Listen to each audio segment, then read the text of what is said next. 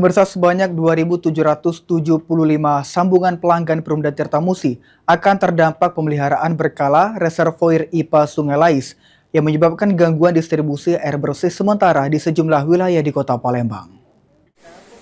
Sebanyak 2.775 sambungan pelanggan Perumda Tirtamusi akan terdampak pemeliharaan berkala reservoir instalasi pengolahan air atau IPA Sungai Lais yang dijadwalkan berlangsung pada Rabu 5 Agustus 2026 pukul 9 hingga 16 waktu Indonesia Barat.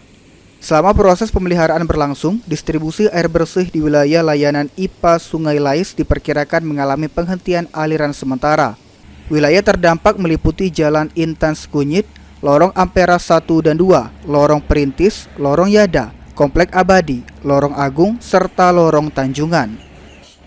Wilayah pelayanan IPA Sungai Lais ini ada 2.775 sambungan, di mana satu wilayah ini adalah sumber pengalirannya dari IPA Sungai Lais. Pelanggan diimbau menampung air, sementara normalisasi distribusi akan dilakukan secara bertahap setelah pemeliharaan selesai. Muhammad Aidil, PAL TV.